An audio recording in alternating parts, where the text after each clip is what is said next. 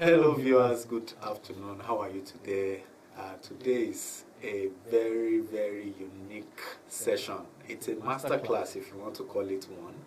And I really think you should call it a masterclass because we are joined by one of the very best in the industry on making sales to happen. So the question or the conversation we are going to be having today is how to increase sales and make customers come again and again. And in this session, we are going to be talking about customer acquisition. We're going to be talking about how to make sales happen. A number of entrepreneurs are struggling with their sales, and this is just the right session for you. And today, I am joined by Mr. Louis Ekome. I call him one of the very best in the industry because he's trained at the top level. And he continues to do that. He's the regional manager, diagnostics, 54 Gen. And he's also a seasoned seller. Am I permitted to use So we've been privileged to work together, and he's an award-winning faculty member, teaching entrepreneurs how to make sales to happen. And off the screen, I've told him that this masterclass is actually for me, and I know it's for you as well. It's for all of us because we want to understand how this whole thing works. What's the magic behind making sales to happen? And if there is anything like that, can customers come over and over? Is it possible for one to build a system where it's now your customers that are coming over and over? So I want to welcome you. Thank you for joining us today, and we're privileged to have you. And what's that one secret? Is there something like that? How do you make sales happen whereby customers come again and again, and it's like an automated system? Is it possible? Thank you, Tayo. So, well, I guess you can say it's possible, but the trick is you just have to find out what works for you. So it's like you find out your own magic. Okay. So it's not a one-size-fit-all. So you just need to find your own magic. And yes, it could be possible. So I know our viewers are also eager to now understand how can we find our magic in all of these things? How can we make it possible? So for instance, recently I was engaged by an entrepreneur that complained that, look, sales are not happening. How do I cope? And there was another entrepreneur who I was informed had to cut down on the number of employees within his business because he felt that, look, sales is a lifeline of this thing that I'm doing. How can I make payments when I'm not making revenue? So what's the trick in all of these things? It's the meat of the conversation. So I think, so in the conversation that we're just having, we talked about a couple of things. So for example, you said the person was not making sales, and which is, revenue essentially, was not coming in. So the question would be, how do you increase your revenue? So you can look at it this way, you can increase your revenue, or increase your sales, increase your turnover when you have, so the assumption here is that you have a business that sells something. So when you have maybe more customers coming in, so let's say this month, for example, you have maybe 10 customers, and the next month, you have 12 customers, and then you get to 15 customers. So that is one way. So you have new customers coming in. You can also grow where you have your existing customers, buy more than one item. So for example, you have these 10 customers, they come in, and maybe when this one comes in, he usually buys item A, this one comes in, buys item B. So when you have the first customer come in, who usually buys item A, and then you tell him, by the way, we also have item B, which you might like. We also have item C and item D.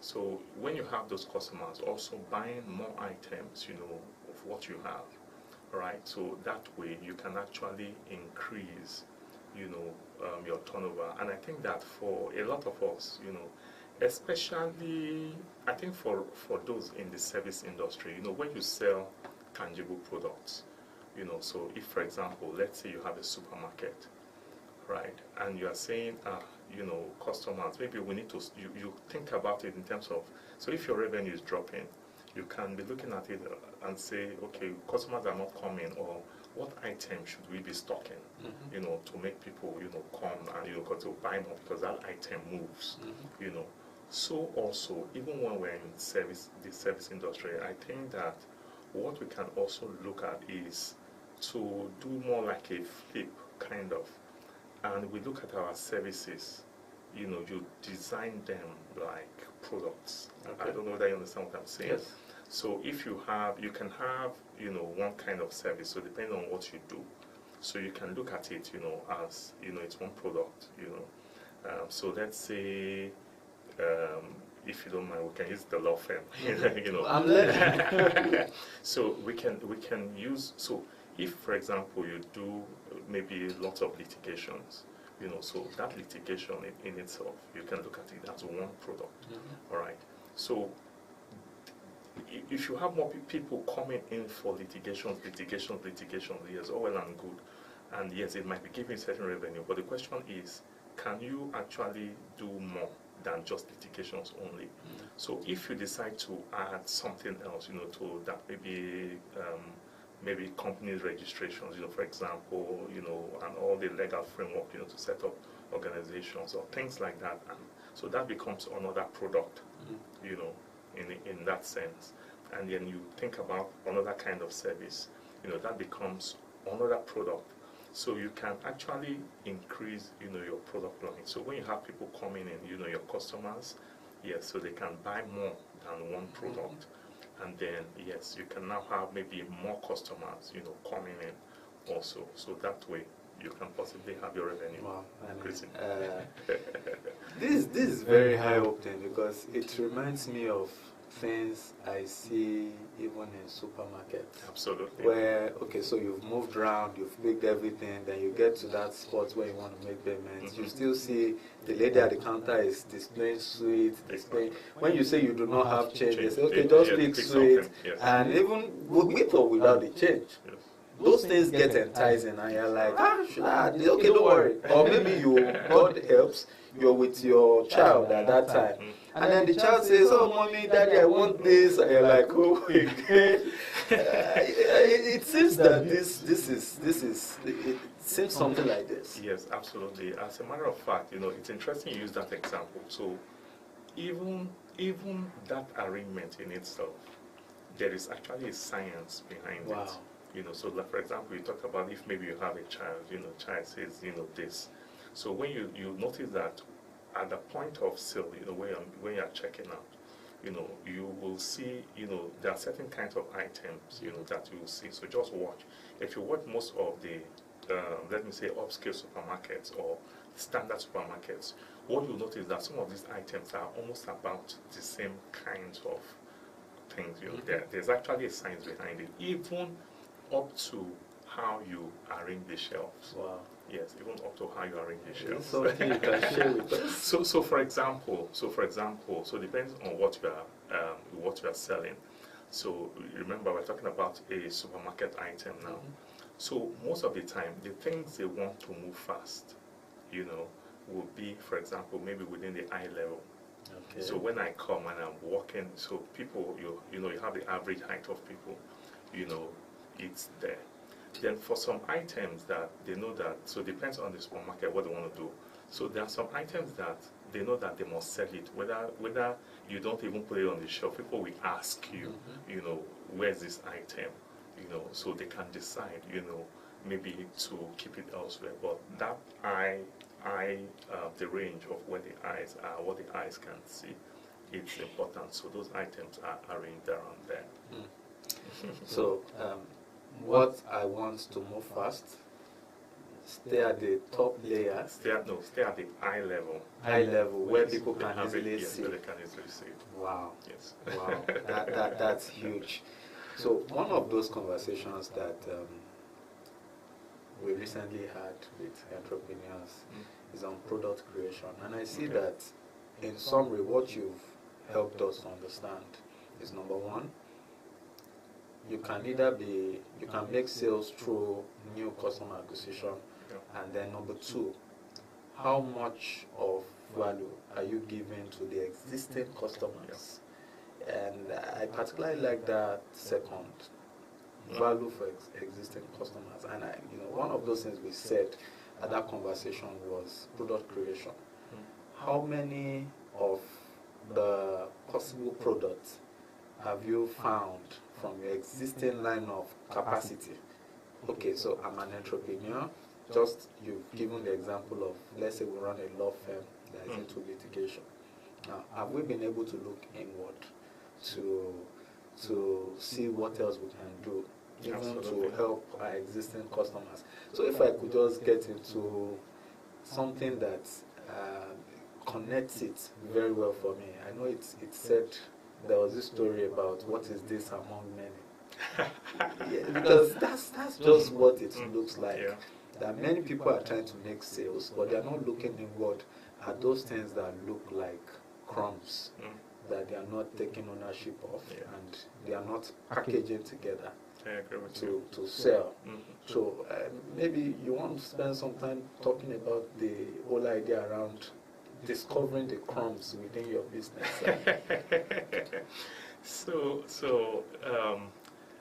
I think that now it's not such an easy task.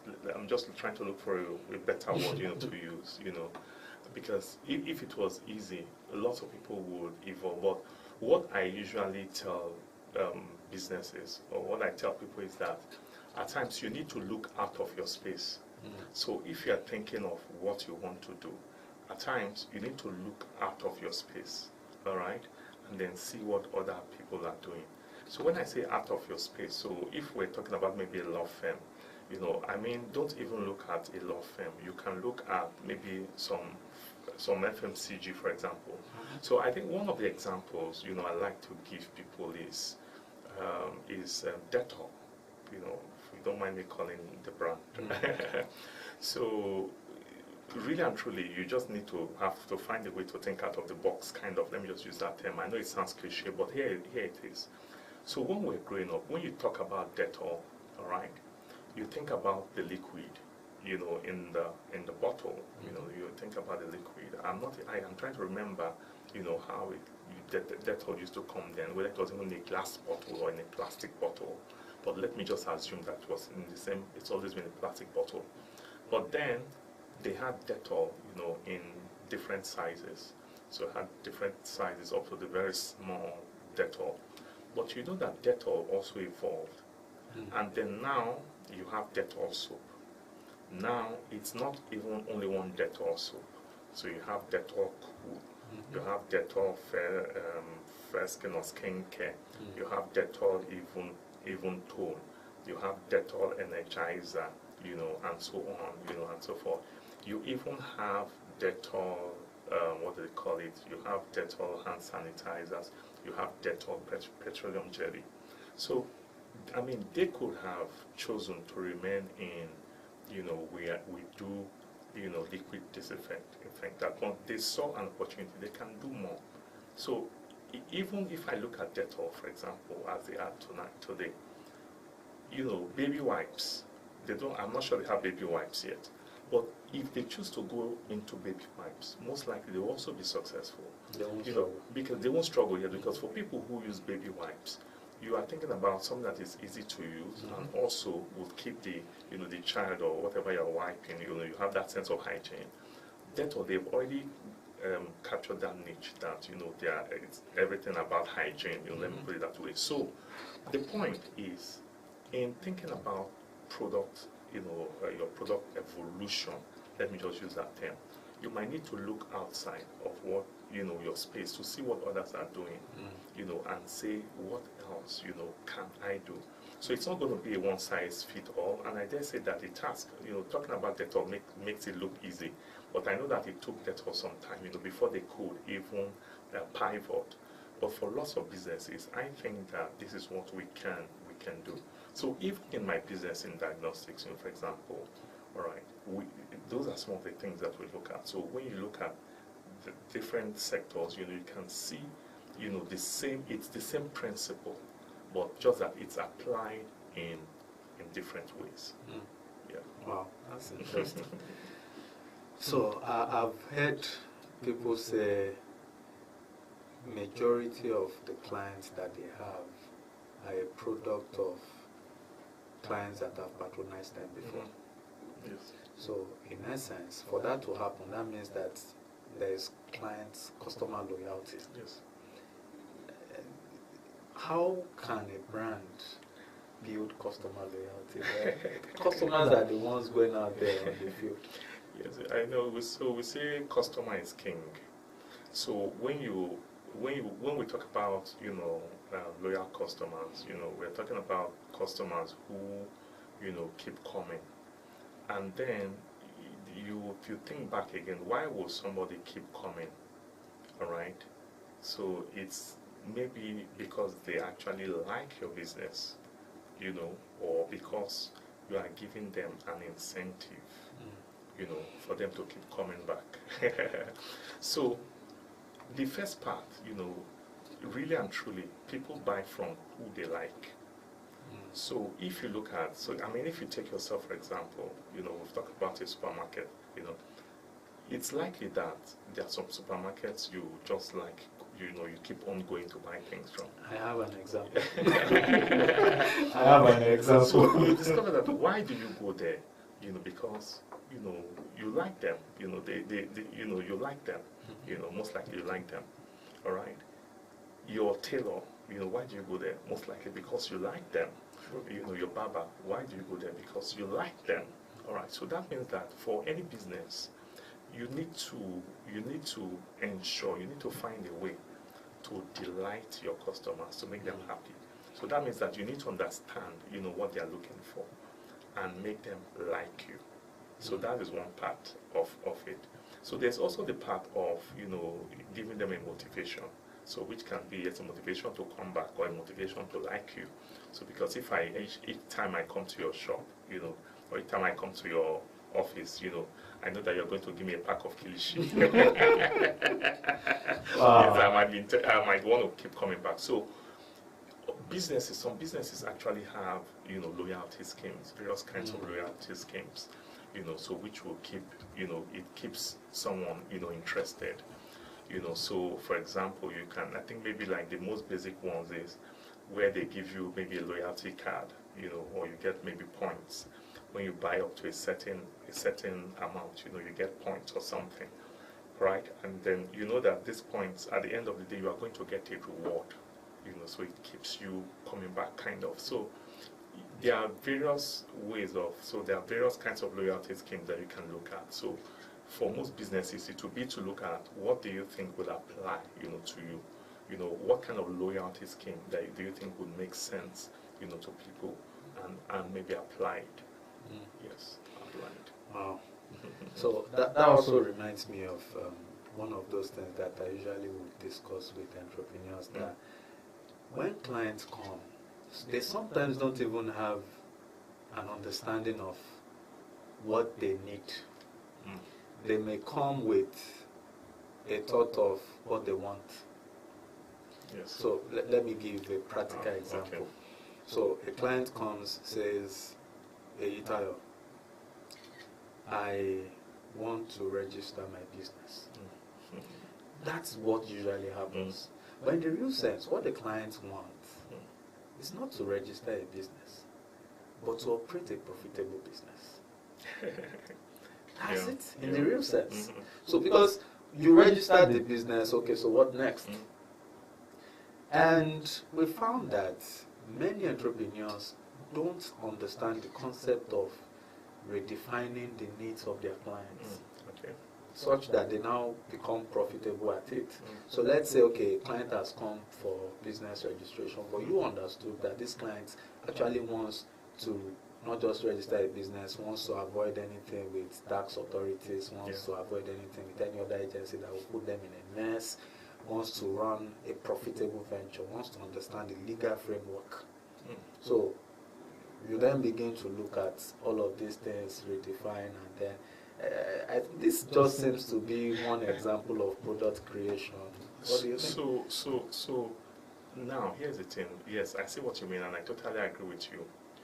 So in selling, okay, you know, so I know that at times when we say selling, all right, we there's that at times there's that mix, you know, that confusion between selling and marketing. Okay. You know, because at times it depends on the industry where you are. You know, some industry will say salesmen, all right, while some people will say marketers. You know. So, but when we talk about selling, all right, we're talking about where there is that exchange of value. So I have something that is of value to me, so which is maybe my money. You know, you have something which is of value. You want to give me wisdom, all right? You want to give me wisdom. You want to give me counsel, for which I'm going to have to pay for it because it's something of value. So there's that exchange. So where that exchange, you know, is taking place, you know, we can say that selling, you know, has taken place. So I don't want to go into differentiations so that people will not be arguing, you know, but if you do sales and marketing, you know where sales actually fall in. So essentially, under marketing, so the marketing, we have what we call the 4 P's of marketing. So which marketing is the sum total of everything you do, you know, to make people, you know, be attracted, you know, to your brand and make your brand of choice, your brand their choice, you know, when they want to decide on that item, you know. So we have, under we have what we call traditionally the 4 P's of marketing. So there's a part of it that is called promotions. Okay, so and that is also when we say market, you know, I need to market your product, you know, most of the time, or market your service. Most of the time, what we're referring to is the promotion part of it. We won't say marketing, you know, but marketing is actually more comprehensive than that. So there's a part of marketing called promotion, and under promotion, we have what we call personal selling. So where maybe you have a product you want to sell. So maybe I sell this whiteboard marker. Okay, so this is my product and I want to sell it to you. All right, so that personal selling is where you have, you know, I come maybe in person, you know, to talk to you, and I want to sell this product to you. So in the example you gave, you know, you talked about, you know, understanding the person's need. Indeed, for people who do personal selling, where you have a physical interaction, most of the time, you know, we feel like, you know, it's the salesman that has to go out. So if I'm the salesman, we feel like maybe if I go out to come and meet you now to sell this whiteboard marker pen, you know, that this is the only time I'm selling. But when we also have, so for people who are even stationed in a shop and people coming, you know, they are also selling, which is the example you gave. It's also part of personal selling. Now, in order to be able to sell, you know, successfully this part of personal selling, there's the concept of understanding the need of the customer. If you don't understand the need of the customer, you know, you can't, we say understand the need of the customer, then you can sell a solution To the customer. to the customer. So the person can come and say, I want this. And the temptation would have been to say, okay, you know, we do that and so on and so forth. But I'm sure you must have asked a couple of questions. Okay, why do you need this solution? You know, what do you have in mind? You know, what do you really have to achieve? And then based on his answers, you know, you've asked maybe a few more questions. And based on his answers, your assessment is that this is actually the solution that this person needs. All right? And then, so what would happen is that you understood the need, and then you have, you know, you've sold the solution, you know, to the person.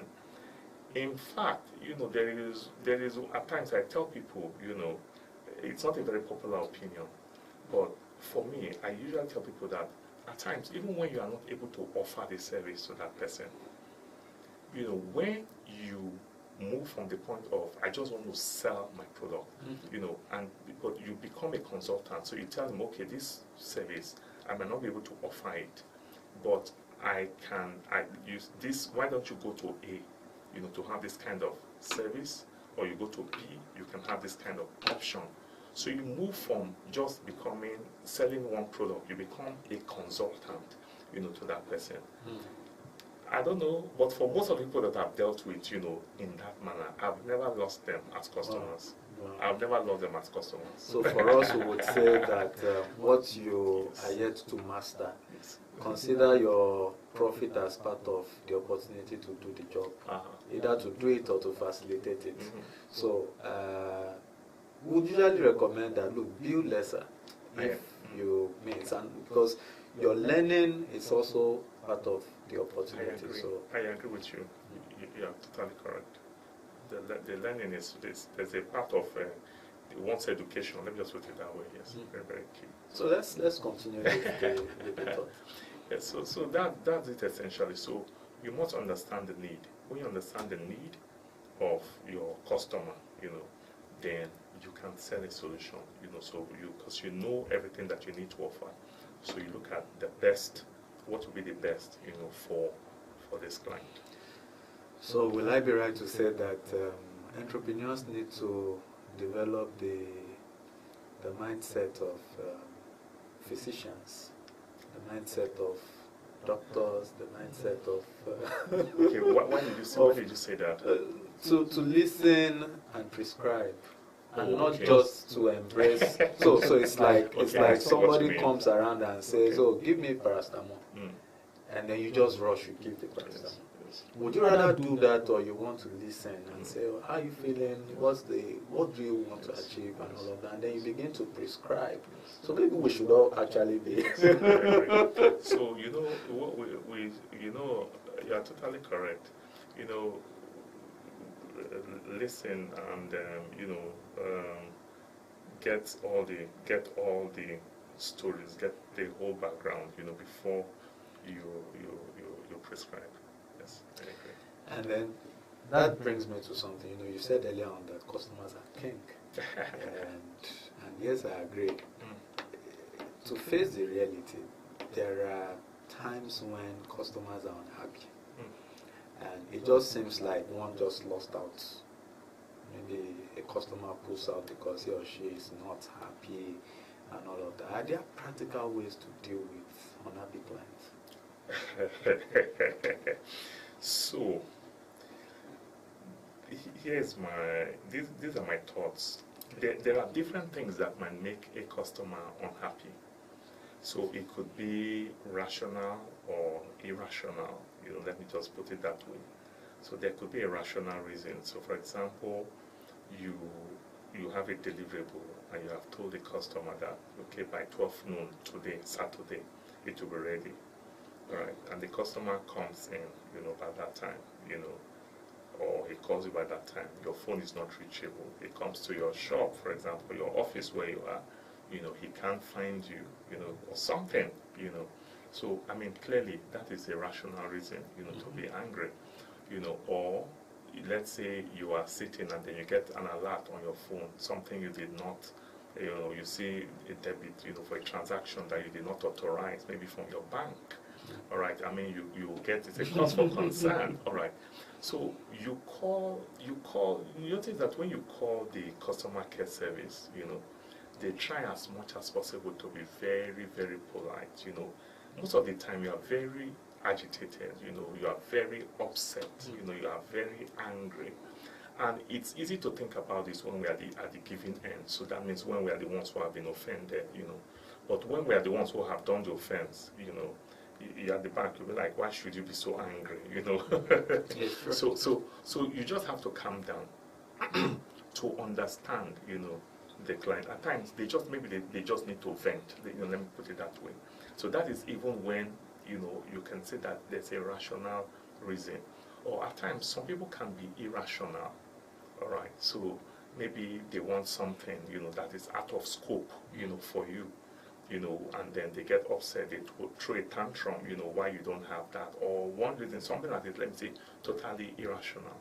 All right. So the temptation is, if the person is not buying from you, so he's coming, so you're hoping he wants to buy something, maybe he has bought something in the past.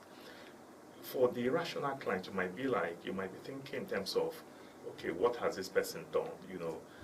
Can I afford to lose him or not? Maybe I should just tell him to, good riddance to bad rubbish, things like that. But you never can tell, So it's actually, what I would recommend is seek first to understand. So it's still like part of the selling thing. Try to understand, what the client, what is making the client, angry. Is this something that is rational? Is this something that is irrational? If it's something that is rational, there are times that, is this something that you could have avoided? Is this something that you could have handled better? So we can look at this like, it's negative, it's feedback actually. So you might look at it in terms of like, this is negative feedback, but you must deal with, so whether the feedback is nice, everybody wants to have nice feedback to say, yeah, Yitayo, you are doing well, Louis, you are doing well. But nobody wants to get negative feedback, So whatever kind of reaction you get from your client, take it as feedback. So it could be positive or it's negative. So in this case, it's a negative feedback. Take it positively, because perhaps it might be an opportunity for you to improve. Yeah. Yes, so that create a new product. Yes, absolutely, absolutely. So if you take it with that openness of mind, and the person comes, maybe it's angry, people don't even do this. Somebody will just look at all the way I trekked all the way from this to come here. You guys don't even have it, so annoying. Then what are you guys doing here? You can be thinking of, these people are so irrational, but yes, you are right. It might be an opportunity to create something new. So, because I have an experience like that where this particular brand, and I'm not going to go deep into all of these things, but it got so messed up that we were calling them regarding poor delivery, and so we usually just, now it's not a toll-free line, so we call, they advertise for 18-20 minutes, you are hanging, and this is our own credit, not a free, not a toll-free. Yes. Now after all the adverts, nobody picks. By then your anger would have fermented. Your anger would have fermented very well. And then you call again, the same exercise. Maybe when somebody picks, the person just doesn't look interested. Yes. And then things just keep happening. And maybe later on, when you are done with them, you think you're done with them, they then come and, hello, just checking on you. You've not patronized us. This, are you for real? You guys serious? But it's good we're discussing areas where entrepreneurs, business owners can make improvement, because this happens to even the very best within the industry. So that we don't get to that phase where we are laid back and think that we are at the peak and we can't do any customer any wrong, because this whole thing just gets to happen over and again. I love the whole idea about embrace not just the positive feedback. Take the negative feedback as an opportunity to correct something. And you never can tell. It might just be an opportunity as well to create a new product. Absolutely. And Absolutely. That's a fantastic one. So there's this idea, this concept that people like to talk about so much, USP, unique selling point.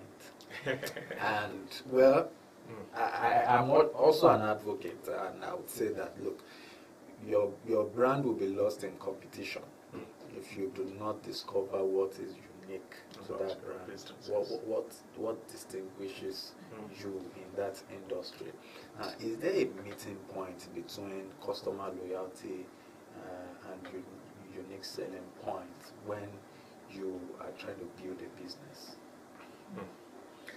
Okay, so I for most businesses, the key is, like you rightly said, is to find out your unique selling point or unique selling proposition, all right, which is what makes you stand out. Okay, and that point. So there is the part of what the customers want. you know, what the customers would like to get, you know, from you. And then there's a part of, you know, what you do really well. So the intersection between what you do very well, you know, as a brand, and what customers really want to get, you know, the service they want to get, that intersection, you know, is where your unique selling proposition usually is. Unique selling. I wish we have a board here. Yes. Okay. So that is, so you have the point of where, so remember we said customers buy from who they like, you know, they come because they really like you. So there are certain kinds of services that people would like to get, all right? So, and then there's the part that you do very well. So that intersection, you know, it's where you just need to play and then to find out, you know, what would work for you, what will stand out, you know, for you. So for example, you know, something very mundane, you know, people can maybe like, you know, maybe respect. I remember, you know, one hotel, you know, that we used to patronize, you know, as an organization, somewhere on the island, you know, I noticed something very interesting about the hotel, you know. So whenever we had clients, you know, and we go there, regardless, the staff, they knew all their clients, wow. you know, all the people who were lodging in the hotel by name. Wow. So they wow. were like, you know, they'll call the person's name. That? This person, I don't know how they do it. You wow. know, they'll be like, okay, you're looking for this person. You know, even the chef, you know, the cook, you know, the person, maybe the person, the waiter, you know, like Cheryl, you know, you do this or whatever. So I'm like, how is this possible? You know, so they would have gone the extra length, you know, to actually know their customers. So when you look at this, you know, that way, it's how do you want to stand out? How do you want to differentiate yourself? So that tells a story that you maybe go the extra mile to make your clients, you know, feel comfortable or feel welcome or feel at home, you know, away from home. Let me just put it that way.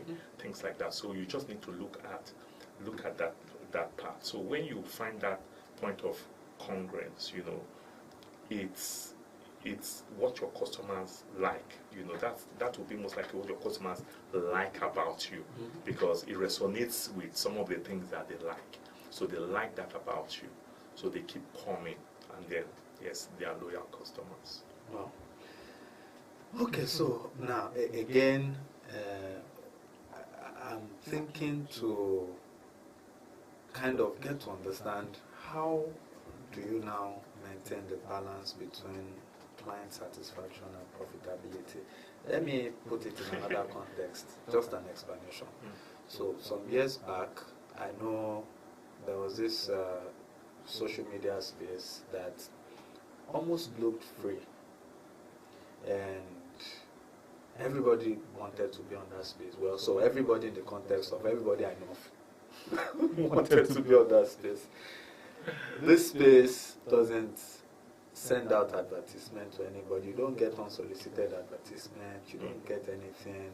And all that the brand wanted to do was to create something that, even if possible, the first thing you look at in the morning is that space. And the last thing you look at before you go to bed is that space.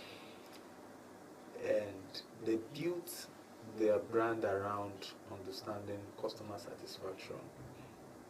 Yet, there would also be the second concern about profitability. So how do you now create that balance between customer satisfaction on one hand and being profitable on the other hand? It's quite a deep thing. Okay. So I have some thoughts about this, and I hope that it answers the question. So most of the time when you want to be profitable, all right, you give prices that you think are, let me say, reasonable, or prices that are competitive, or prices that are fairly decent, kind of. So you look at, so you see what are the others. Maybe you can check and see what are others, pricing, for this service. So it also depends. So for you, the cost of providing that kind of service, your cost of providing that kind of service might be more than what the cost of providing that service by competition. So what that means is that for competition, it's more profitable for them. Their profit margin is higher than yours because for you, it's costing you more. So there is a part of trying to see how you can reduce your cost of producing that service. But beyond that, what I think is that we have what we call, if I remember, it's your pricing, maybe to look at, as opposed to just pricing, there's what we call value pricing. So people place a value on the service that you are giving. So let me just give a very simple example. Okay. All right. So let's say you are in a neighborhood, all right, and the cost of a haircut, standard haircut, everybody, they pay 1,000 naira, for a haircut, all right. So when they finish, giving the haircut, they maybe what's the basic that they can do? Maybe they get maybe a cloth. So you see that the clippers, maybe they sterilize. It depends on how they sterilize. They can get maybe hot towels, things like that, and then clean your hair. You are fine. You are good to go. And then you see another barbing salon, all right. And this barbing salon, when you get your hair cut there, okay, they can decide to do the same with a little bit more. They make sure that you are well groomed, hair cream, for example, maybe on your hair, proper spray, okay. They can even decide to trim your nails. I'm just saying, for example, doing that kind of thing. That's what I'm getting to, and they bill you maybe 2.5, for it, okay. For that haircut. You might leave feeling like, okay, I got some extra value, So, but here's the thing, right? So the trick for who is adopting that kind of service is that you have to ensure that all the ancillary services you are adding, it still keeps you well afloat, even at that price you are charging, So for the person who is paying, he sees you as you are adding, more value, and his content, to pay slightly more because he knows that he's going to get some extras, But for you, that is the business owner, you just have to ensure that these extras that you are adding, that the price that they are paying for it covers it, and it makes you, very profitable. So that way, you are not looking at just, the price, for that service. Let me put it that way. Of course, this to a large extent will happen majorly in what do they call it, in the service industry, but also in the products at times it also happens. At times you might see some products, when you buy a product, you can come in with a biro or something. Can come here exactly Just give an incentive. So you feel like, okay, I'm getting slightly more, so I think I should take this brand because yes, when I buy it, I get something more. True. True. I've seen a lot of that happen in supermarket before. Yes. I say where I'm doing shopping for the children, and then I say, okay, my intention was to buy toothpaste for them, but I saw one toothpaste came with toothbrush, and I was like, even though it's just for a little more, let me go for that. And before you know it, this is how sales happen. This is how sales happen as well. Very practical, very practical. Wow, it's been a great time that I lost count of time. I don't know how long we've gone on this. We can keep learning on and on and on. So I want to give you that free room to teach our listeners 2-3 things, broadly speaking, around this whole subject. What are 3 things you would love to share with our viewers on the whole idea around how to make sales and make your customers to come over and over? Okay. So I think, so one is something I've said before, I just want to reiterate them. So people buy from who they like. Okay. So each time we deal with customers, we need to remember that these customers might have most likely not might, they have multiple options. So the challenge before us is that we must find a way to delight our customers, knowing that customers buy, from who, they like. And then another point is we must find a way to differentiate, right? We must find a way to differentiate. I mean, we talked about it. And we said, the point of congress between what you do well. Because for most of the people, I mean, when you look at, I know that there are some services that are very close. So you'll be like, okay, how am I better, than this person? But that is actually where, the work is. All right, that is where the work is, to delve deeper and say, okay, what do my clients really want? What do they want? So I understand. So there's a place of really understanding, your customers, understand their behavior, why they do some things, understand them very well. And then so it's possible that there are some things that they like that you might not really have at that time, but it's within your power, to provide it. So what that means is that you won't say, this is the way I am, just take me, like that, So you might need to do some little investment, to build capacity, Step out of your comfort. Yes, so that you can do some certain things well that will delight, your client, because this is how you can keep them. And then the third thing I would say is that, don't be afraid to learn, and then look out, so you can see maybe what other industries are doing, what people are doing, and then hopefully your eyes will be opened, to see how you can copy and apply. So that's why we say you are not really reinventing the wheel, So because somehow it's a concept, or that has happened, somehow before. So you can take that concept and you modify it, to suit your present reality and what you want to achieve. So that's about it. Wow.